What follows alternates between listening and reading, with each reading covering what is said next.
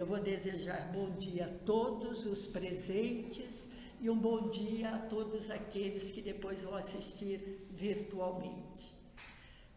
Eu gostaria de começar com uma seguinte pergunta: como fica a posição de um mentor espiritual cuja pessoa que ele está auxiliando, ele está sofrendo um processo de subjugação?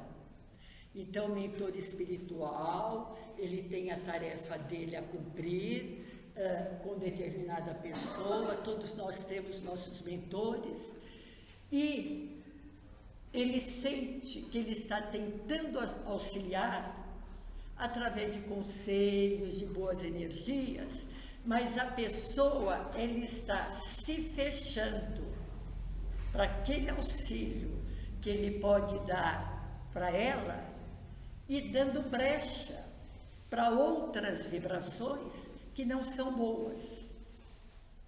Nós sabemos que todos nós somos responsáveis pelos nossos atos, pelas nossas escolhas. E o mentor espiritual, ele não vai resolver os nossos problemas. Centro espírita, nenhum templo religioso vai tirar de nós as questões que nós precisamos trabalhar em função da nossa evolução espiritual.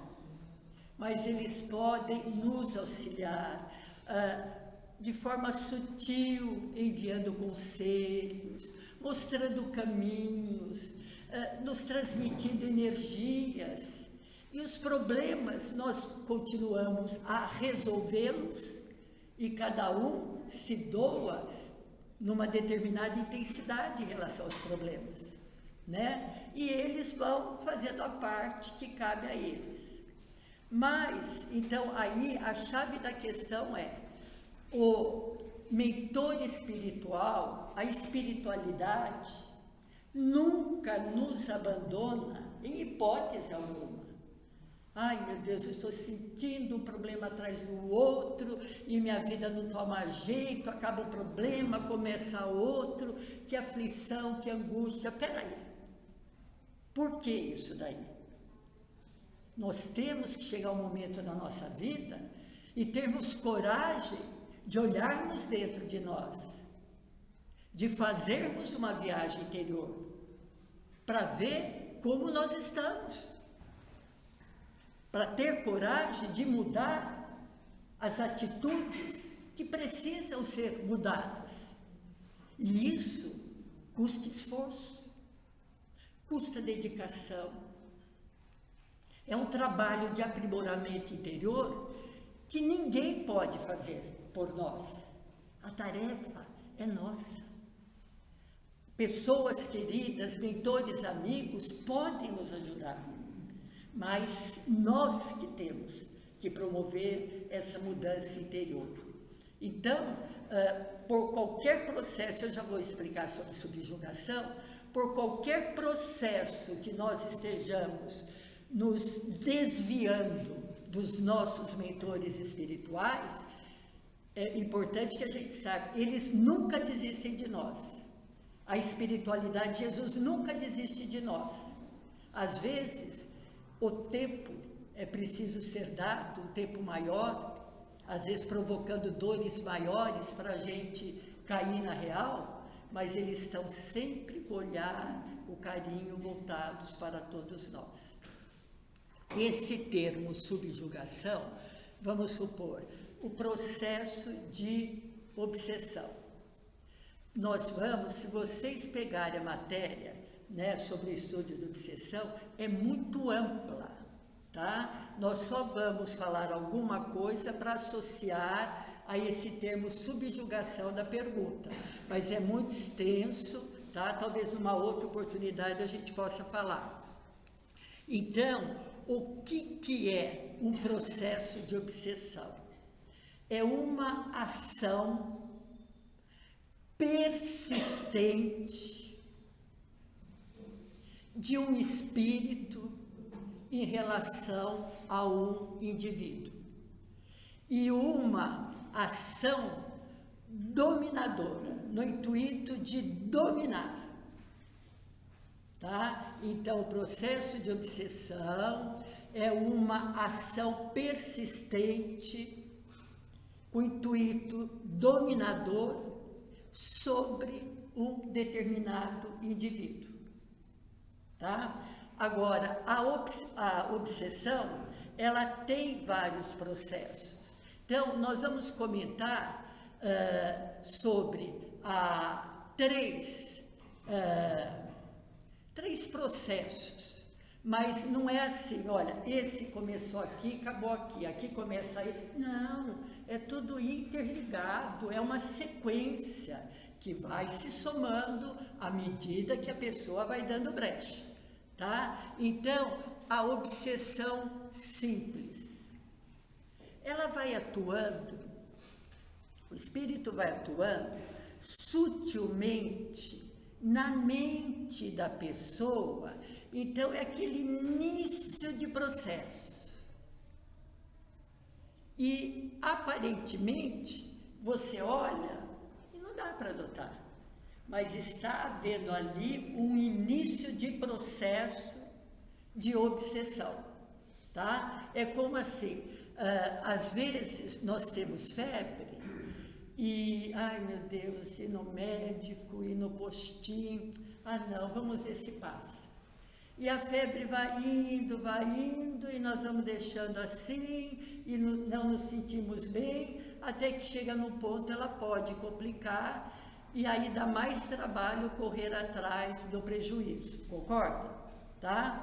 Então, essas influências, no caso de um processo de obsessão simples, à medida que nós vamos alimentando essa conexão com espíritos que, por diferentes motivos, depois a gente vai ter, se algum comentário, eles possam estar pegando pontos fracos nossos e momento de fragilidade maior, é agora, tá? E se nós não cuidamos da febre de início, pode complicar o estado de saúde. E se nós não tomamos cuidado, não buscamos uma ajuda, e essa ajuda vai nos convidar à reforma interior, à não conexão com vibrações não boas, tá? Ela vai avançando. Então, é o que eu estou falando, gente, não é começa aqui e acaba aqui, não, é toda uma continuação, tá? E tem aquele estado que já não é o inicial, que se chama fascinação, tá? Qual a característica desse processo de fascinação? O espírito obsessor, ele atua sobre o raciocínio da pessoa. Você entendeu?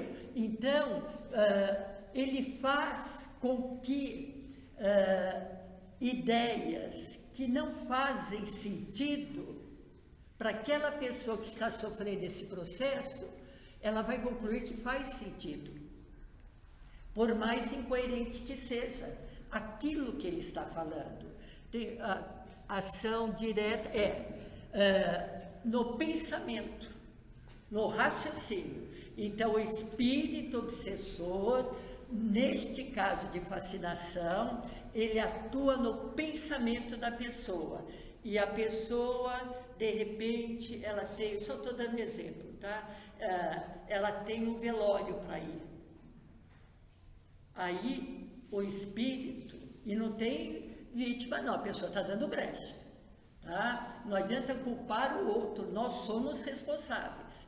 Aí o espírito fala, Marilda, vai no teu guarda-roupa, pega a melhor roupa de festa que você tem, de preferência com lantejoula, e você vai, numa boa, nesse enterro. Aí eu vou, pego e acho que está tudo bem. Então, eu perco a noção se está coerente ou não, porque eu permiti essa atuação em relação aos meus pensamentos, tá? Agora nós vamos chegar na subjugação. A subjugação é um outro momento do percurso da obsessão, e que, enquanto que na fascinação atua no pensamento, na subjugação atua na vontade. E Marilda, e agora, como que fica? Vou dar um exemplo. A dona, vamos falar que faz conta que sou eu, tá bom? Vai ficar mais simples, até para eu falar. Eu sou médium de psicografia, tá? Então, eu escrevo, só que agora não é dia de trabalho, não é horário, é meu horário de rotina. Aí o obsessor, ele chega e fala: Marilda, escreva tal coisa. Eu vou falar: não, eu nem papel tenho, eu estou lavando roupa, eu estou passando, estou fazendo faxina, eu estou no shopping fazendo compra, estou no supermercado com o carrinho na mão. Escreva. Não, mas eu não... Escreva. Ele exerce o domínio sobre a minha vontade. Não tem papel? Escreva. Com o seu dedo na parede. E aí a pessoa já se permitiu que ele exercesse esse domínio. Vocês estão compreendendo? Não adianta a gente falar: nossa, esse espírito... Não! Nada na nossa vida começa por um acaso. Tudo é um processo. O bem-estar, a felicidade. Alguém conquista a felicidade verdadeira de repente? Não! É o processo de lançar a semente e de colher a semente do bem. E a desarmonia interior também é um processo de lançar a semente e colher sementes em desarmonias, tá? Então, nós somos responsáveis. Então, associando a pergunta do mentor espiritual, que às vezes a gente se tranca para aquilo que ele pode, de bem-estar, nos apoiar, nos auxiliar, e nós acabamos abrindo as janelas, as portas para certo tipo de influência espiritual, tá? Depois eu vou esclarecer um pouquinho mais. A autoobsessão, só para aproveitar o gancho, a autoobsessão, a pessoa, ela é o obsessor de si mesma e é a vítima, tá? Então, eu estou, por exemplo, eles dão 3 exemplos aqui. O sentimento de culpa é algo assim que mexe demais com o nosso próprio ser.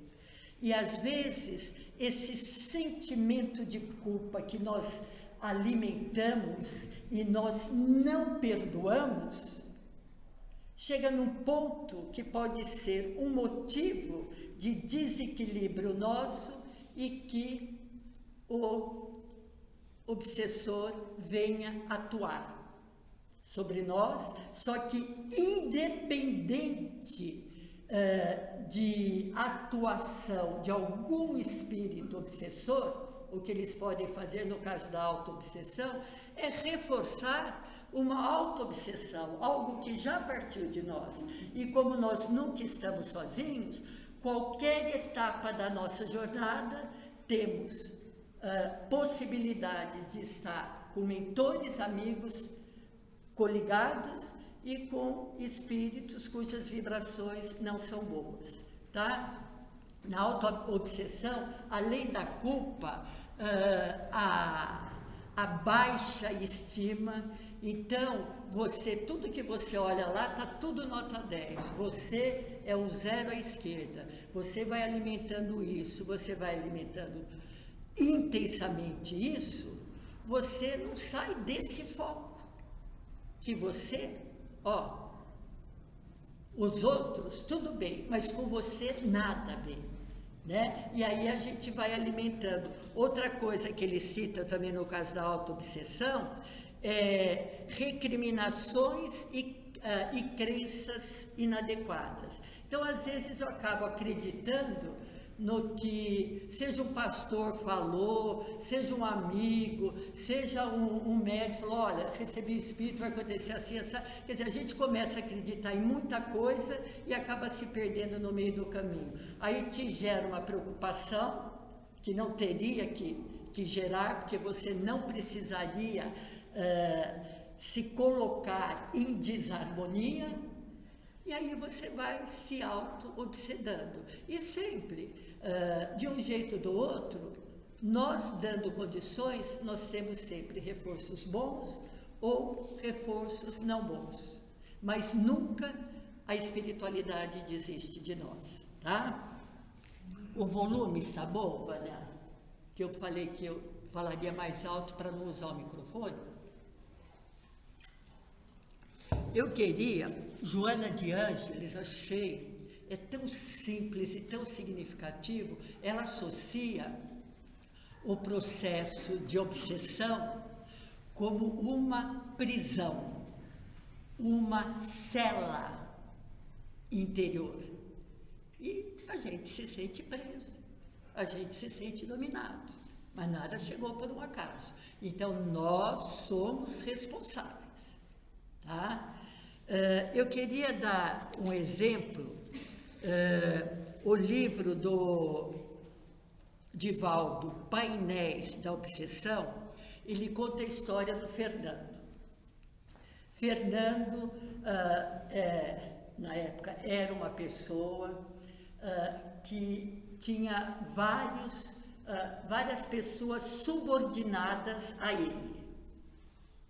Só que ele era mas tão perverso com essas pessoas, que elas foram se revoltando cada vez mais, criando um ódio, criando um rancor, e algumas delas já havia desencarnado, e ele adoeceu, e estava em função da enfermidade, num processo de desencarne, tá? Então, à medida que aquele processo de desencarne estava sendo acentuado, ele começou a enxergar aqueles espíritos subordinados a ele, que tanto ele foi perverso.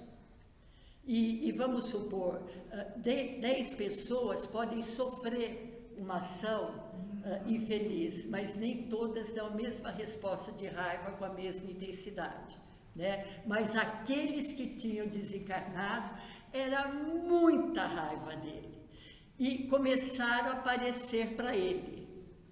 E aí, aquele doentinho que estava desencarnando, que a gente fala às vezes, meu Deus, né? Ele começou a se agitar. Ele se agitava, e os espíritos, sabendo que ele estava desencarnando, ele falou, nós viemos numa leva para pegá-lo, porque daí nós vamos ficar com ele. Né? E aí o mentor espiritual, vendo tudo isso que estava acontecendo, falou para o Fernando, calma, muita calma, nós estamos aqui para te ajudar. E ele, agitado, aí vejam só, gente, um dos obsessores olhou para o mentor espiritual e falou, você sabe que você não vai conseguir ajudar. Aí ele falou, o Fernando, o obsessor disse, ele já sintonizou com a gente. Ele não está sintonizado com você. Portanto, não é que o mentor espiritual não era capaz de ajudar. É que a sintonia dele com esse quadro, com essa história história que ele teve com essas pessoas, automaticamente ligava.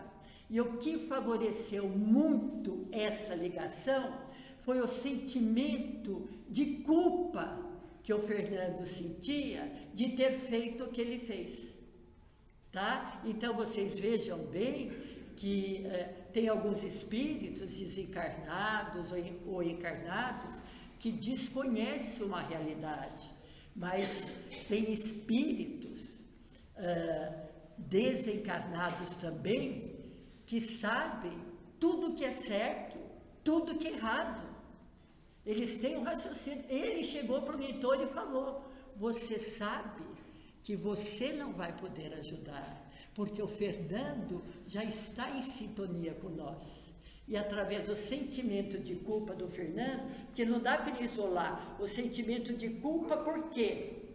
Eu fiz alguma coisa para quem? Tinha que lembrar automaticamente das pessoas, né? Sinto culpa por quê? Ah, porque eu fiz assim. Então, conecta mais facilmente ainda, tá? Então, eu quis dar esse exemplo para mostrar que todas as nossas falhas, todos os nossos erros, os nossos enganos, tá? Para tudo tem um jeito. E o jeito é Deus, é aquela força maior para a gente enxergar o que fez e mudar. Paulo de Tarso, ele praticou tantos atos contra os cristãos, acreditando que os atos que ele estava fazendo eram certos, e quando ele se deu conta que ele errou e muito, ele não ficou se lastimando, ele não ficou se fazendo de vítima, ele olhou para o alto e falou: Senhor, o que queres que eu faça?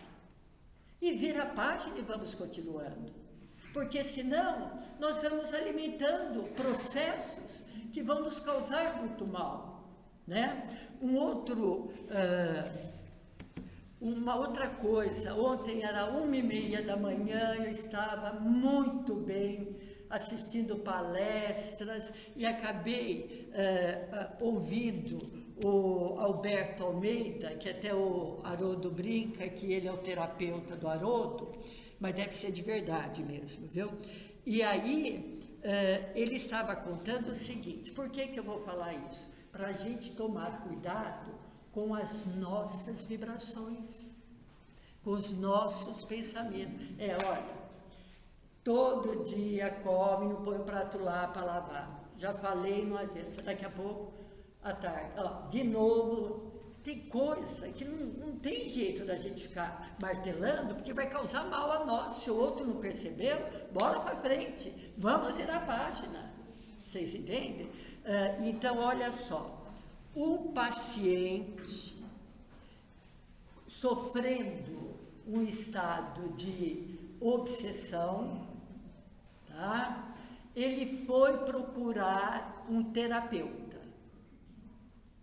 E este terapeuta, deixa eu falar para vocês o nome do livro, Alberto, Bastidores da Obsessão, também de Divaldo.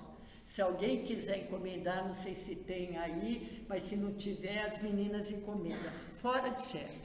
Então, o paciente procurou o terapeuta e ele, estando sofrendo um processo de obsessão, o que acontece? O obsessor estava juntinho com ele, né? E aí, o obsessor, ele tentou alguma estratégia para ver se conseguia prejudicar o quanto pudesse esse paciente, a quem ele exercia o processo de obsessão.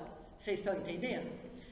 E aí, ele notou fragilidades espiritual no terapeuta. Ele falou: pronto, é agora. Eu estou exercendo o processo aqui, mas eu gostaria de ir muito além. Já que ele veio para buscar ajuda com o terapeuta, vai que ele se fortaleça e que ele vai firmando o pensamento, vai se desligando daquilo que nos sustenta nesse vínculo de desarmonia, eu tenho uma ideia. Eu vou chegar na mente do terapeuta. Olha só a sutileza. Aí ele foi passando a ideia para o terapeuta, para que o terapeuta sugerisse a ele um determinado comportamento que não condizia com o caráter dele, paciente.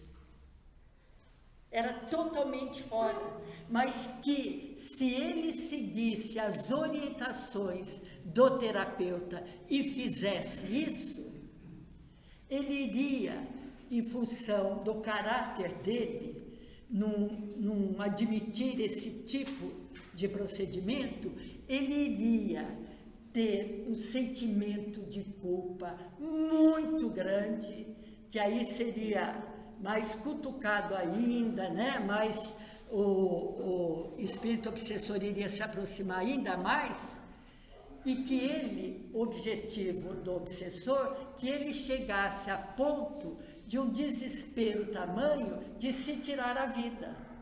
E se tirando a vida, que se ele fosse tirar a vida, ele estaria se tirando no processo de desarmonia, porque quem está em harmonia não vai por esse caminho, e a gente respeita tudo e todos, aí ele teria muito mais acesso com esse paciente, o obsessor com o paciente, caso o paciente viesse a seguir as orientações que ele, obsessor, estava dando para o terapeuta e, consequentemente, o terapeuta passando para o paciente e o paciente assimilando, se comprometendo na culpa porque não era do caráter dele, e aí o obsessor estaria muito mais feliz. Tá? Vocês entendem por que eu peguei isso também? Vocês entendem a responsabilidade nossa de mantermos um pensamento positivo? É muito grande. Ah, mas você fala isso porque você não sabe dos meus problemas. Mas para Deus, não tem meus problemas vão me impossibilitar de buscar Deus, de buscar Jesus, de buscar um apoio em algum templo religioso, porque o nosso lar, porque a casa é uma construção de tijolos, mas o nosso lar tem toda uma energia familiar, e dentro dessa energia familiar, cada uma sustenta a sua energia individual. De repente, o meu marido tem uma energia ótima e eu uma energia em desequilíbrio, né? Mas se ele está com uma energia boa, ele, a minha está aqui, a dele está aqui, não vai assimilar a minha, porque ele está num patamar de padrão vibratório acima do outro que está em desequilíbrio. Então, o que eu gostaria de comentar com vocês, deixa eu só... tá. Por exemplo, muitos casos de obsessão é por motivo de vingança, tá? Mas nem todos os casos de obsessão é por vingança. Existem aqueles espíritos que estão numa vibração tão inferior que eles querem prejudicar. Então, às vezes, aonde ele encontra brecha, não quer dizer que seja inimigo dessa ou de outras vidas. Ele encontrou brecha, ele se alimenta querendo prejudicar. Então, a gente não pode generalizar. Um caso de obsessão não necessariamente é por vingança, mas é muito comum em relação a casos de vingança. Tudo bem até aí? Deu para compreender? Deixa eu só olhar aqui para ver. Deixa eu ver, Joana de Ângeles. Tá. Só para dar uma reforçada aqui, olha só. Quem pode sofrer o processo de obsessão? Eu quero confirmar até que horas, até meio-dia ou até 15 para as 11? Hein? É 15 para as 11 o meu tempo? Já passei? Ai, meu Deus. Ai, só mais um minutinho, viu, gente? Tá? É que eu me empolgo, tá? Só uma conta no relógio. Até a noite. Obrigada. Olha só, deixa só para encerrar, tá? Existe a auto-obsessão, que é o que eu falei, nós mesmos somos nossos obsessores e nós somos a própria vítima. Tem o processo de obsessão de encarnado para encarnado, de encarnado para desencarnado, eu já estou pensando lá em cima, tá? Não lá embaixo, tá? E de desencarnado para desencarnado e de desencarnado para encarnado. Conclusão, nós estamos envolvidos entre encarnados e desencarnados, o que muda é esse corpo físico que é passageiro, tá? Então vamos tomar cuidado com as nossas vibrações e falando mais uma vez, os nossos mentores, a espiritualidade jamais desiste de nós. E quando a gente cita o nome espíritos obsessores, será que nós não somos, de certa forma, algum espírito que esteja transmitindo energias não boas, que estamos escorregando? Então, qualquer que seja o nível do espírito, seja encarnado ou desencarnado, merece todo o nosso respeito, porque nós estamos aqui, como a Fátima fala, a vida nossa é um verdadeiro laboratório, e uns vai servindo de teste, de experiência para o outro, e aqueles que tiverem a coragem de abrir o coração para começar a mudanças, ele acaba caminhando na frente e sentindo bem-estar, que aquilo vai tomando conta dele e a tendência é ir adiante, não olhar para trás, a não ser para ajudar, tá? Que Jesus abençoe a todos, espero que vocês estejam entendidos e sempre muito respeito com os nossos problemas, com as nossas dificuldades, olhar para o outro com total respeito e olhar para todos os espíritos desencarnados, inclusive aqueles que nós chamamos de obsessores, que podemos estar entre eles na condição de encarnado, sempre com muito respeito, tá? Um beijo no coração de todos vocês.